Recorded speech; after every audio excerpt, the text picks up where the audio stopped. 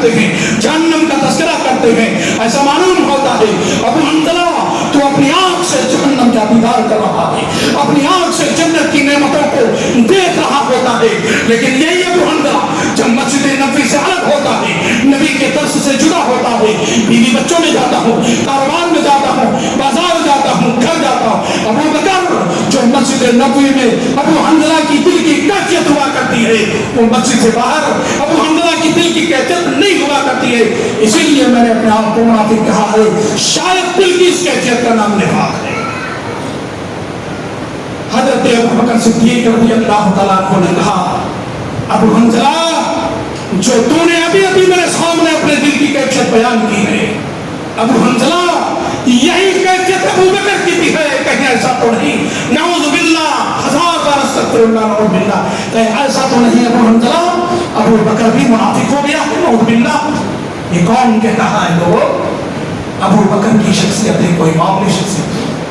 وہ شخصیت جن کے بارے میں نبی کائنات علیہ الصلوۃ والسلام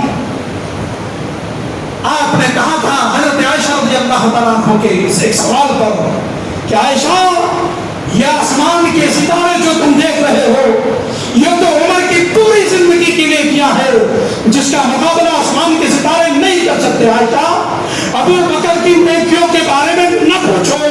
ابو بکر کی ایک رات کی نیکیاں جو اس نے ہجرت کے موقع پر غار ثور میں میرے ساتھ گزاری ہے, عائشہ ایک رات کی نیکیاں آسمان کے ستارے ابو بکر کی ایک رات کی نیکیوں کا پیمانہ نہیں کر سکتا ہے. وہ ابو بکر کہہ رہا ہے. ابو حنظلہ اگر دل کی اس کیفیت کا نام نفاق ہے تو ابو حنظلہ ابو بکر کی بھی یہی کیفیت ہے. کہیں ایسا تو نہیں کہ ابو بکر بھی منافق ہو گیا ہے؟ وہ ابو بکر کہہ رہا ہے جس ابو بکر کے بارے میں حضرت عمر بن خطاب رضی اللہ تعالیٰ عنہ نے غزوہ تبوک کے موقع پر کہا تھا, جب نبی کائنات نے عام صدقہ اور خیرات کا اعلان کیا تھا, لوگوں کون ہے آج جو غزوہ تبوک کی تیاری کے لیے اللہ کی راہ میں صدقہ اور خیرات کرے گا؟ کون ہے جو آج 100 اونٹ دے گا مجاہدوں کی تیاری کے لیے؟ نبی اکرم صلی اللہ علیہ وسلم کے اس اعلان پر حضرت ابو بکر نے گھر کا سارا مال لا کر رکھ دیا تھا. عمر نے کہا تھا دل ہی دل میں, عمر آج نیکیاں کمانے کا تیرے پاس اچھا موقع ہے, آج تو ابو بکر سے نیکیوں میں آگے بڑھ جا, سبقت کر. اللہ اکبر. جب دیکھا نبی اکرم صلی اللہ علیہ وسلم کے سامنے حضرت عثمان بن عفان نے 900 گھوڑے 900 اونٹ 100 گھوڑے 5.5 کلو سونا 29.5 کلو چاندی, عبد الرحمن بن عوف نے 29.5 کلو چاندی لا کر رکھ دیا. حضرت ابو بکر سے پوچھا, ابو بکر تو نے کیا لایا ہے, گھر میں کیا چھوڑا ہے؟ کہ اللہ کے رسول گھر میں جو کچھ بھی تھا, جتنا مال تھا اللہ کے رسول سارا مال اللہ کی راہ میں لا کر رکھ دیا. گھر میں بیوی بچوں کے پاس اللہ کی محبت اور رسول کی محبت چھوڑا. عمر تو نے کیا چھوڑا ہے؟ کہ اللہ کے رسول گھر میں جتنا مال تھا آدھا مال اللہ کی بارگاہ میں, آدھا مال بیوی بچوں کے پاس چھوڑ آیا. جب ابو بکر سے سنا کہ سارا مال لا کر رکھ دیا, اس موقع پر حضرت عمر بن خطاب فاروق اعظم نے کہا تھا, اے عمر آج تجھے یقین ہو گیا ہے, رب ذوالجلال کی قسم ہے ابو بکر سے تو اپنی زندگی میں نیکیوں میں آگے نہیں بڑھ سکتا ہے. ابو بکر سے اپنی زندگی میں تو نیکیوں میں آگے نہیں بڑھ سکتا ہے, سبقت نہیں کر سکتا ہے. ابو بکر کی شخصیت اور ہے. وہ ابو بکر کہہ رہا ہے جس کے بارے میں نبی کائنات نے ایک موقع پر کہا تھا, بخاری کتاب الصوم کی حدیث ہے, من انفق زوجین فی سبیل اللہ نودی من ابواب الجنہ یا عبد اللہ هذا خیر فمن کان من اہل الصلاۃ دعا من باب الصلاۃ ومن کان من اہل الجہاد دعا من باب الجہاد ومن کان من اہل الصیام دعا من باب الريان ومن كان من اهل الصدقه دعا من باب الصدقه فقال ابو بكر بابي انت وامي يا رسول الله فليدعى من تلك الابواب من كل ضروره فليدعى من تلك الابواب كلها فقال نعم وارجو ان تكون منهم. نبی کائنات نے موقع پر کہا تھا, جو شخص اللہ کی راہ میں ایک ہی جنسیت کی 2 چیزیں خرچ کرتا ہے, قیامت کے دن جنت کے دروازے سے اللہ کے فرشتے انہیں پکاریں گے, نودی من ابواب الجنہ, جنت کے دروازے سے پکارا جائے گا, وہ شخص اے فلاں ابن فلاں یا عبد اللہ هذا خیر, ادھر کہاں جا رہا ہے, کیوں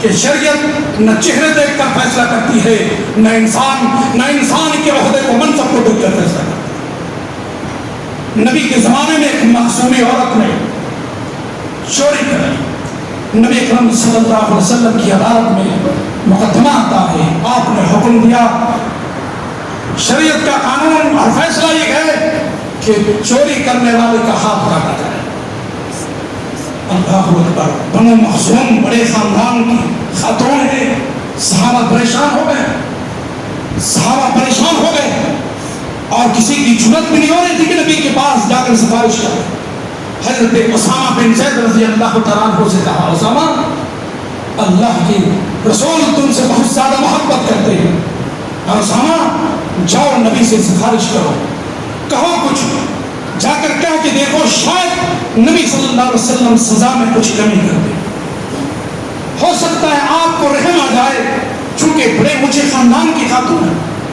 حضرت اسامہ بن زید رضی اللہ تعالیٰ عنہ کو بھیجا گیا، نبی کائنات کے سامنے جب سفارش کی گئی، آقا اونچے خاندان کی خاتون ہے، غلطی ہو گئی ہے ان سے، اگر کچھ گنجائش ہے تو آقا سزا میں کچھ کمی کر دی جائے، کچھ تخفیف کر دی جائے۔ رب ذوالجلال کی قسم ہے لوگوں، نبی کائنات کا چہرہ غصے سے متغیر ہو گیا، کہا اسامہ تم نے یہ جرأت کی ہے کہ نبی کائنات اللہ کے قانون میں، رب کے قانون میں تبدیلی پیدا کرے، چہرے دیکھ کر فیصلے کرے۔ رب ذوالجلال کی قسم ہے، لو سرقت فاطمہ بنت محمد لقطعت یدها، اے اسامہ یہ تو بنو مخزوم کی خاتون ہے، محمد رسول اللہ کی لخت جگر، وہ لخت جگر جس کے بارے میں کہا من اذاہ فقد اذانی، لوگوں جس نے میرے فاطمہ کو تکلیف دی ہے اس نے مجھے تکلیف پہنچائی ہے۔ اگر وہ فاطمہ بھی چوری کرتی، اسامہ رب ذوالجلال کی قسم ہے، اس ذات کی قسم جس کے ہاتھ پہ محمد صلی اللہ علیہ وسلم کی جان ہے، میں اپنے لخت جگر کا بھی چہرہ نہ دیکھتا، اس کا بھی ہاتھ کاٹتا۔ یہ اسلام کے لوگوں، یہ شریعت ہے، یہ رب کا قانون ہے۔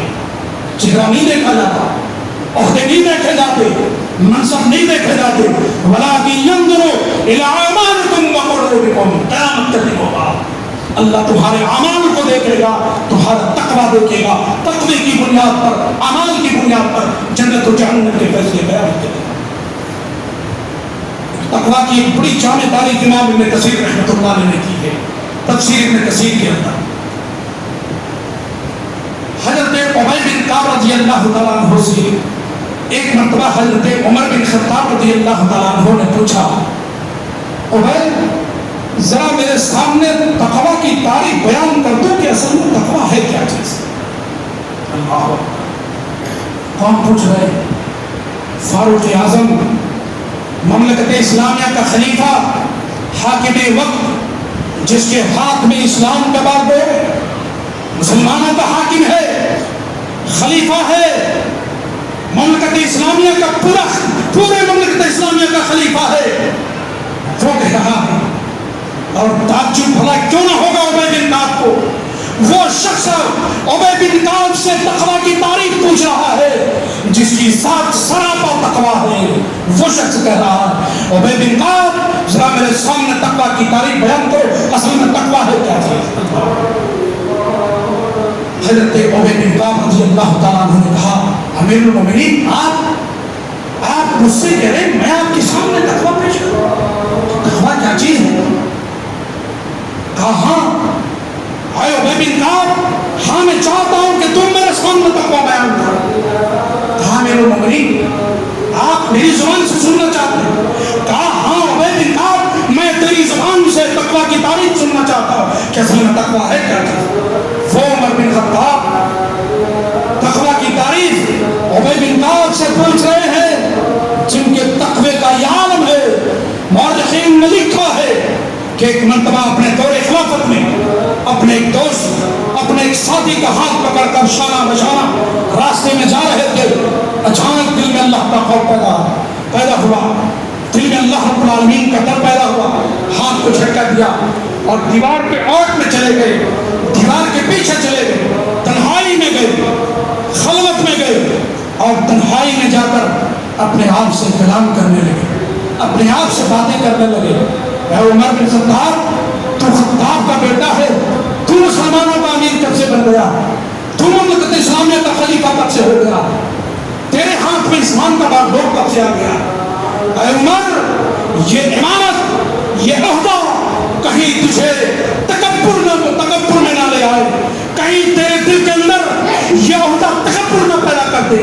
اور اے عمر، الکبریاء ردائی، رب نے حدیث قدسی کے اندر کہا ہے، لوگوں تکبر میری چادر ہے، اسے تم چھیننے کی کوشش مت کرو، دولت کی بلبوتے پر تکبر مت کرو، خوبصورتی پر تکبر مت کرو، عہدے پر تکبر مت کرو۔ الکبریاء ردائی، تکبر میری چادر ہے۔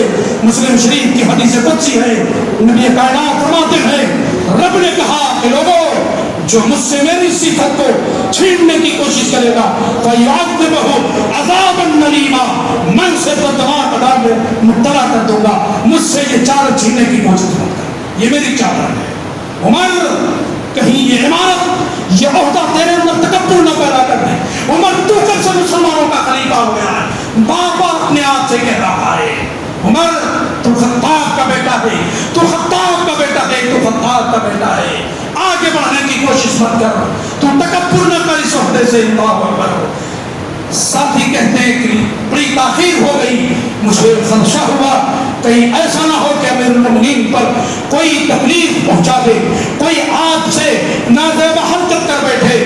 میں نے دیکھا دیوار سے کان لگا کر میں نے سنا، دیوار کے پیچھے سے اپنے آپ سے کلام کرتا ہوا سنا، اور اتنا رو رہے ہیں، زاروں کے دار رو رہے ہیں، اتنا روئے کہ ہچکیاں بن گئی اور یہ مبارک آنسوؤں سے تر ہو گئی۔ لوگوں، یہ ہے تقویٰ۔ اور اتنا بڑا متقی آدمی اپنے آپ اپنے سے کم درجے کے صحابی سے ابی بن کعب سے پوچھ رہا ہے، ابی بن کعب ذرا مجھے بتا دو کہ تقویٰ ہے کیا چیز، تقویٰ کسے کہتے ہیں؟ اللہ اکبر۔ حضرت ابی بن کعب رضی اللہ تعالیٰ عنہ نے کہا کہ امیر المومنین، میں آپ سے پوچھنا چاہتا ہوں، اگر آپ کا گزر کسی ایسے تنگ راستے سے ہو، جو راستہ اتنا تنگ ہو، جس راستے سے بمشکل ایک آدمی گزر پائے، جس کے دونوں طرف کانٹے دار جھاڑیاں ہوں اور بالکل راستہ تنگ ہو، میں آپ سے پوچھنا چاہتا ہوں امیر المومنین، اس راستے سے آپ کا گزر کیسے ہوگا؟ امیر المومنین نے کہا، ابی بن کعب، اگر میرا گزر ایسے راستے سے ہو جو اتنا تنگ ہو، جس میں ایک آدمی مشکل سے گزر پائے، جس کے دونوں طرف کانٹے دار جھاڑیاں ہو، ابی بن کعب، عمر کا گزر جب ایسے تنگ راستے سے ہو، اپنے دامن کو سمیٹ کر چلے گا کہ ایسا نہ ہو کہ عمر کا دامن کانٹے میں الجھ کر رہ جائے۔ ذالک التقویٰ، امیر المومنین، یہی تقویٰ ہے۔ زندگی میں قدم ٹھوک ٹھوک کر رکھنا ہے۔ ہم شریک کہاں ہو رہے ہیں، ہم کس دعوت میں جا رہے ہیں، ہمارا اٹھنا بیٹھنا کس مجلس میں ہے، ہم کیا کر رہے ہیں، ہماری کمائی کہاں سے آ رہی ہے۔ ہر زندگی کے ہر شعبے میں، ہر پہلو میں، ہر جگہ انسانوں، مسلمانوں، لوگوں، قدم ٹھوک ٹھوک کر رکھو۔ اسی قدم ٹھوک ٹھوک کر رکھنے کا نام تقویٰ ہے۔ اور اس کے ذریعے سے میں ایک مثال دے کر اپنی بات کو سمجھانے کی کوشش کرتا ہوں۔ لوگوں، جس طرح تقویٰ کی مثال حضرت ابی بن کعب رضی اللہ تعالیٰ عنہ نے حضرت عمر بن خطاب کو دیا، میں اس کے ذریعے سے ایک اور مثال کے ذریعے سے میں آپ کو سمجھانے کی کوشش کرتا ہوں، شاید اللہ ہم کو آپ کو سمجھ کے توفیق دے دے۔ آپ یہ سمجھ لیجئے کہ اللہ نے جو ہماری زندگی دے رکھی ہے، جو ہمیں زندگی اللہ نے دے رکھی ہے انعام کے طور پر، یہ زندگی بھی ہماری ایک راہ کے مانند ہے۔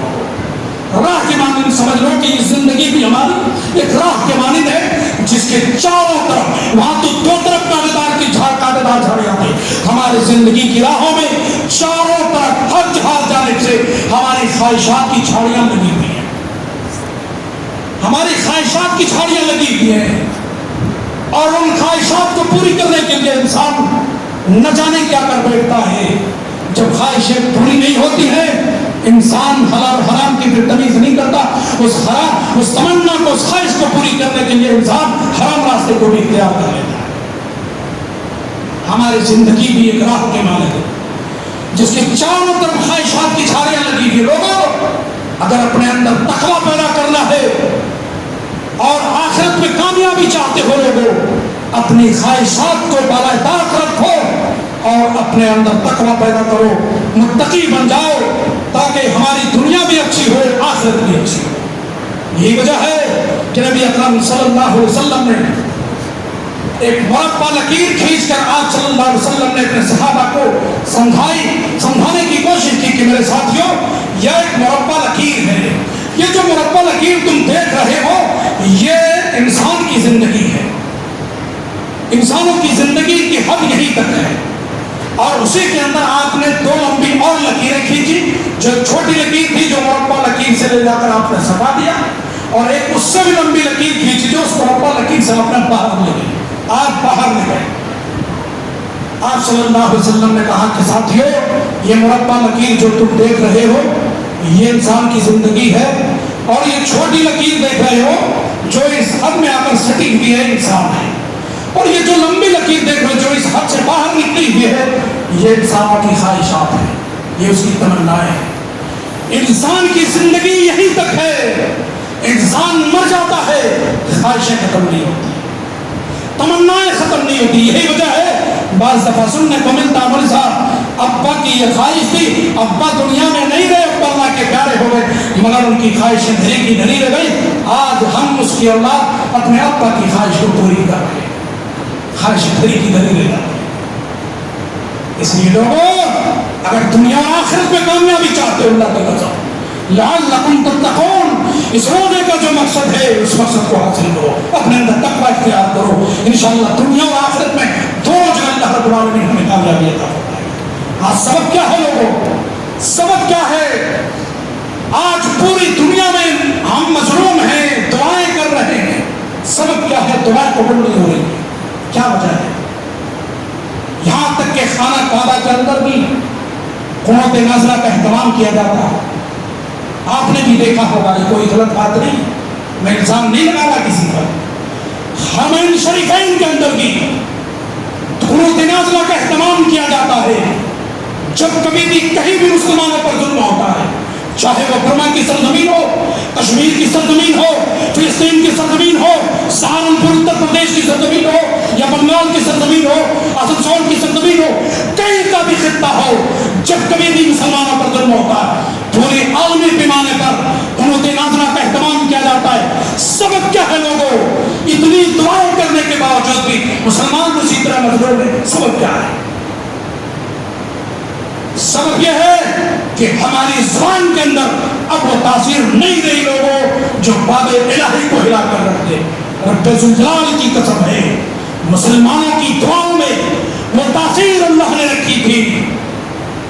جب سلطان صلاح الدین ایوبی رحمہ اللہ نے بیت المقدس کو آزاد کیا تھا، عالمی پیمانے پر اہل کتاب کی ایک میٹنگ ہوئی تھی، اور جو سب سے بڑا پادری تھا اہل کتاب کا، اس نے اس میٹنگ کے اندر یہ بات کہی تھی کہ لوگوں، اہل کتاب اور اے بنی اسرائیل کے لوگوں، تم چاہتے ہو کہ مسلمانوں کو شکست دے دو، مسلمانوں کو میدان میں شکست دینا اتنا آسان نہیں ہے لوگوں جتنا تم نے سمجھ رکھا ہے۔ کیوں؟ اس لیے کہ مسلمانوں کے پاس ایک ہتھیار ہے جس کا مقابلہ دنیا کی کوئی طاقت نہیں کر سکتی۔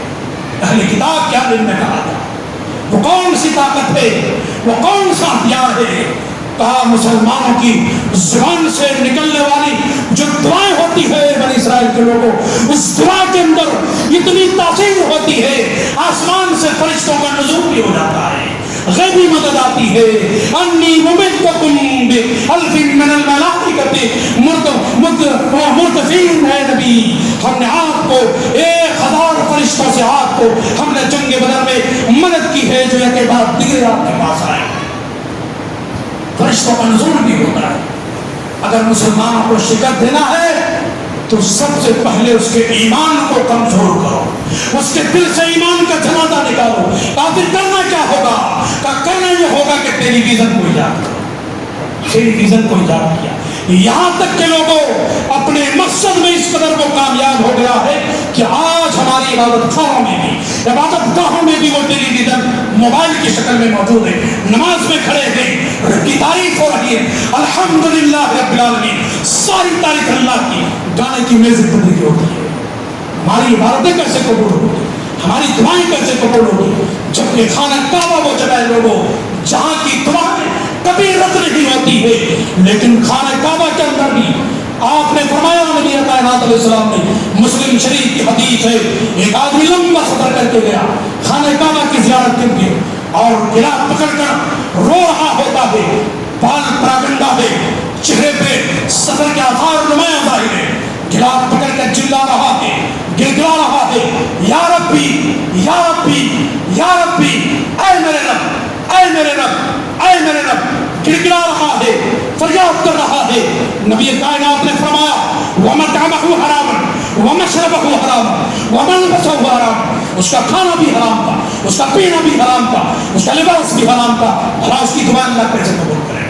خانہ کعبہ بھی ہو، چاہے امام حرم بھی دعا اگر کیوں نہ کرے، اگر امام حرم کے پیچھے کوئی حرام خور کھڑا ہے، ایک آدمی کے سبب سے بھی اللہ کبھی کبھی پوری جماعت کی دعائیں رد کر دیتا ہے اللہ کی قسم۔ اور یہ تاریخ موجود ہے لوگوں، اس کی دلیل بھی موجود ہے۔ عبداللہ بن عباس رضی اللہ تعالیٰ عنہ کہتے ہیں، مختصر کہہ کے اپنی بات کو انشاءاللہ ختم کر دوں گا صرف 1 یا 2 منٹ کے اندر، چونکہ وقت بھی ہو رہا ہے، مجھے پیاس بھی محسوس ہو رہی ہے۔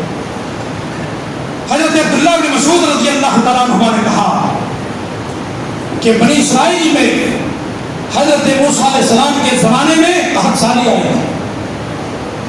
قحط سالی کا مطلب آسمان سے بارش روک لی گئی، فصلیں بڑھ گئی، جانور پریشان، انسان پریشان، سارے لوگ پریشان۔ اور یہ کوئی غیر مستند واقعہ نہیں ہے، مستند واقعہ ہے۔ عبداللہ بن عباس رضی اللہ تعالیٰ عنہ کہتے ہیں کہ موسیٰ علیہ السلام اپنی پوری قوم کو لے کر نکل گئے صحرا میں، کھلے میدان، اور نماز استسقاء ادا کی، دعائیں کی اللہ تعالیٰ سے، بارش نہیں ہوئی، دعا کر دی گئی۔ کس کی؟ ہمارے جیسے حرام خور نہیں تھے موسیٰ علیہ السلام، صبح سے شام تک ہمارے جیسے جھوٹ بولنے والے نہیں تھے، غیبت کرنے والے نہیں تھے، اپنے بھائیوں کی عزت کو مجروح کرنے والے نہیں تھے۔ وہ کلیم اللہ ہے، براہ راست اللہ سے کلام کرنے والے، وہ پیغمبر جس کو اللہ نے تورات عنایت کیا، صاحب تورات ہیں، ایک قوم کے پیغمبر ہیں، جلیل القدر اور العزم پیغمبر ہیں، کلیم اللہ ہے۔ اللہ اکبر۔ دوسرے دن بھی آئے، پوری قوم کو لے کر نماز استسقاء ادا کی گئی، دھوپ ہے، آسمان ہمارا آلود نہیں ہوا۔ تیسرے دن بھی نکل گئے، تیسرے دن بھی دعائیں رد کر دی گئی۔ موسیٰ علیہ السلام پریشان ہو گئے، اللہ آخر کیا کمی ہے ہمارے اندر، کون سی غلطی ہو گئی ہے جس کی بنیاد پر ہم 3 دن سے مسلسل دعا کر رہے ہیں، اللہ بارش نہیں ہو رہی، اللہ جانور پریشان ہے، تیرے بندے پریشان ہیں، خواتین بھی پریشان ہیں، معصوم بچے بھی پریشان ہیں، اللہ تو اپنے بندوں پر رحم کر دے، کون سی غلطی ہو گئی ہے؟ اللہ کی طرف سے ندا آتی ہے، اے موسیٰ لا استجیب لک ولمن معک وفیک نمان، اے موسیٰ نہ تیرے تقوی کے اندر کمی ہے، نہ تیری زبان کے اندر کھوٹ ہے، نہ تیرے ایمان میں کوئی کمزوری ہے، اے موسیٰ میں نے تیری دعا اس لیے رد کر دی ہے کہ جو جماعت تو لے کر آیا ہے اس جماعت کے اندر ایک چغلخور انسان موجود ہے، وفی کا نمان، ایک چغلخور موجود ہے جو 40 سال سے مکمل اپنے رب کی نافرمانیاں کرتا ہوا رہا ہے۔ اللہ اس کا نام تو بتا دے تاکہ اس کو کہہ دوں کہ بندے تو اللہ سے توبہ کر لے۔ موسیٰ تجھے اس کے نام سے کیا سروکار ہے، اعلان کر دو شاید وہ بندہ توبہ کر لے۔ اعلان کیا، اس بندے نے دائیں دیکھا، بائیں دیکھا، سامنے دیکھا، پیچھے جھانک کر دیکھا، کوئی کھڑا نہیں ہوا، کوئی توبہ نہیں کر رہا۔ اس نے اپنے آپ میں محسوس کیا کہ اللہ کے بندے، اے فلاں ابن فلاں، تو ہی ہے وہ شخص، تو ہی ہے وہ کمبخت جو 40 سال سے اپنے رب کی نافرمانی کرتا ہوا، اور اللہ تو اس نافرمان پر بھی اتنا بڑا مہربان ہے، تو اتنا بڑا رحم الراحمین ہے کہ اس کمبخت کے نام پر تو نے آج بھی پردہ ڈال دیا۔ اللہ آج میں تیرے بارگاہ میں شرمندہ ہوں، اللہ میں تیری اس بارگاہ سے توبہ کرتا ہوں۔ ابھی ادھر توبہ کیا مسلمانوں، تاریخ کے الفاظ گواہ ہے، رب ذوالجلال کی قسم ہے، آسمان نمرآلود ہوتا ہے، آسمان سے چھینکے پڑنے لگتے ہیں۔ موسیٰ علیہ السلام نے کہا اللہ ابھی وہ بندہ کھڑا بھی نہیں ہوا، اس نے توبہ بھی نہیں کیا اور بارش ہو رہی ہے۔ کہا موسیٰ تجھے نہیں پتا جس بندے کی گناہ کی وجہ سے توبہ جس کی وجہ سے دعائیں رد ہو رہی تھی اور بارش آسمان سے روک لی گئی تھی، اسی کی توبہ کی قبولیت کی وجہ سے بھی آسمان سے بارش بھی ہو گئی، اس نے توبہ کر لیا ہے، اب اللہ کی نظر میں محبوب بن چکا ہے۔ لوگوں اگر ہم بھی ایسی زندگی گزار رہے ہیں، رب کی نافرمانی کر رہے ہیں، تو ابھی بھی موقع ہے اس ماہ مبارک میں ہم اپنے تمام گناہوں اور غلطیوں سے اللہ رب العالمین سے معافی مانگیں۔ اللہ رب العالمین سے دعا کریں کہ پروردگار عالم ہم گنہگار ہیں، خطا کار ہیں، لیکن تیرے بندے ہیں اللہ، ہم ضرور خطا کار ہیں، لیکن اللہ تیری صفت ارحم الراحمین بھی ہے، تو رحم کرنے والا ہے، تیری صفت غفار بھی ہے، غفور بھی ہے، انک عفو تحب العفو فاعف عنی، تو درگزر کرنے والے کو پسند کرتا ہے، تو درگزر بھی کرتا ہے۔ اللہ ہمارے گناہوں کو معاف کر دے۔ اللہ پروردگار عالم عالم اسلام کے مسلمانوں کی جان، مال، عزت و آبرو، ایمان غیر محفوظ ہے، اللہ مسلمانوں کی جان، مال، عزت و آبرو کی، ایمان کی حفاظت کرے۔ اللہ ظالم لوگ تیرے مومن بندوں پر ظلم کر رہے ہیں، طرح طرح سے ہر چہار جانب سے تیرے مومن بندوں پر ظلم کر رہے ہیں، لیکن اللہ اس دنیا میں فرعون بھی آیا، نمرود بھی آیا، شداد بھی آیا، ابو جہل ابو لہب بھی آیا، قارون بھی آیا، لیکن اللہ یہ بھی جانتے ان بطش ربک لشدید، تیری گرفت اتنی سخت ہے، نہ فرعون بچ پایا ہے، نہ نمرود بچا ہے، نہ قارون بچا ہے، نہ شداد بچا ہے، نہ ابو جہل ابو لہب بچا ہے۔ اللہ تیری گرفت اتنی سخت ہے، اللہ تو نے اپنے بندوں سے یہ بھی وعدہ کیا، اذا سألک عبادی انی فانی قریب اجیب دعوت الداعی اذا دعان فلیستجیبوا لی وليؤمنوا بی لعلهم یرشدون۔ اللہ تو نے سورہ بقرہ کے اندر اپنے بندوں سے وعدہ کیا ہے کہ تیرے بندے جب بھی تجھے پکارتے ہیں، اللہ تو اپنے بندوں کی فریاد کو سنتا ہے، اسے خالی ہاتھ نہیں لوٹاتا ہے۔ اللہ اس آیت پر ہم سب کو ایمان اور اعتقاد ہے، اس ایمان اور اعتقاد کے ساتھ آج تیرے اس بارگاہ سے ہم سارے بھائی مل کر دعا کرتے ہیں، اللہ تو اپنے مومن بندوں کو خوشحال زندگی نصیب فرما دے، امن اور سکون کی زندگی نصیب فرما دے، مومنوں کی ایمان کی حفاظت فرما دے، اس کی عزت کی اور آبرو کی حفاظت فرما دے۔ اللہ مسلمان ماں اور بہنوں کی عزت و آبرو بھی عالمی پیمانے پر غیر محفوظ ہے، اللہ ماں اور بہنوں کی عزت و آبرو کی حفاظت فرما دے۔ پروردگار عالم جب تک زندہ رکھ اس دنیا پر ایمان اور توحید پر زندہ رکھ، جب دنیا سے رخصت ہو مولا ایمان اور توحید پر رخصت ہو، آمین یا رب العالمین۔ بارک اللہ لنا ولکم فی القرآن۔ قل إن كنتم تحبون الله فاتبعوني يحببكم الله ويغفر لكم ذنوبكم والله غفور رحيم۔